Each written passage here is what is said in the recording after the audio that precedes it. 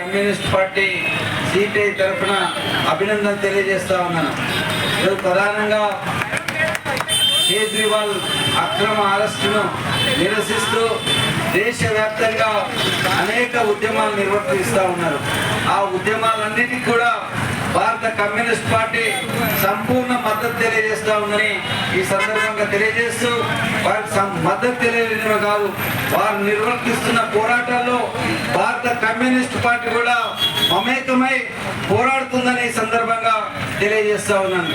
ఈరోజు భారతదేశంలో మరి ప్రధానమంత్రి మోడీ మేము 400 సీట్లు గెలుస్తాం అని ఛాలెంజ్ చేసి ప్రజలను మభ్యపెట్టి ఈరోజు అధికారంలోకి రావడం జరిగింది.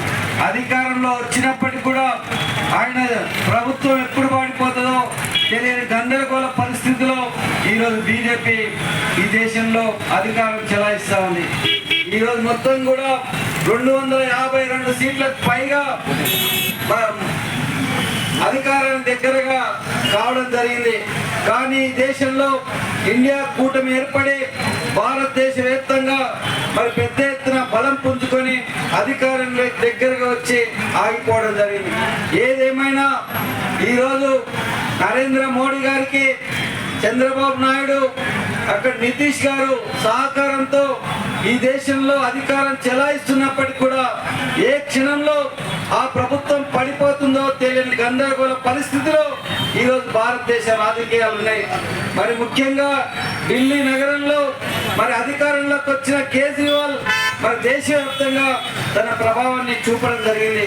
మరి దేశంలో లౌకిక ప్రజాస్వామిక శక్తులు పెద్ద ఎత్తున బలోపేతం అవుతున్న నేపథ్యంలో కేజ్రీవాల్ ను అక్రమంగా అరెస్ట్ చేసి ఈరోజు జైల్లో నిర్బంధించడం బీజేపీ యొక్క నియంతృత్వ పోగలకు అద్దం పడతా ఉందని సిపిఐ ఈరోజు తీవ్రంగా ఖండిస్తూ ఉంది.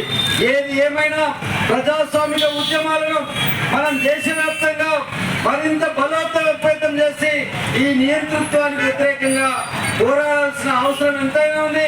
ఈ ప్రజాస్వామ్య పరిరక్షణలో కమ్యూనిస్ట్ పార్టీ భాగస్వామ్యం అవుతుంది.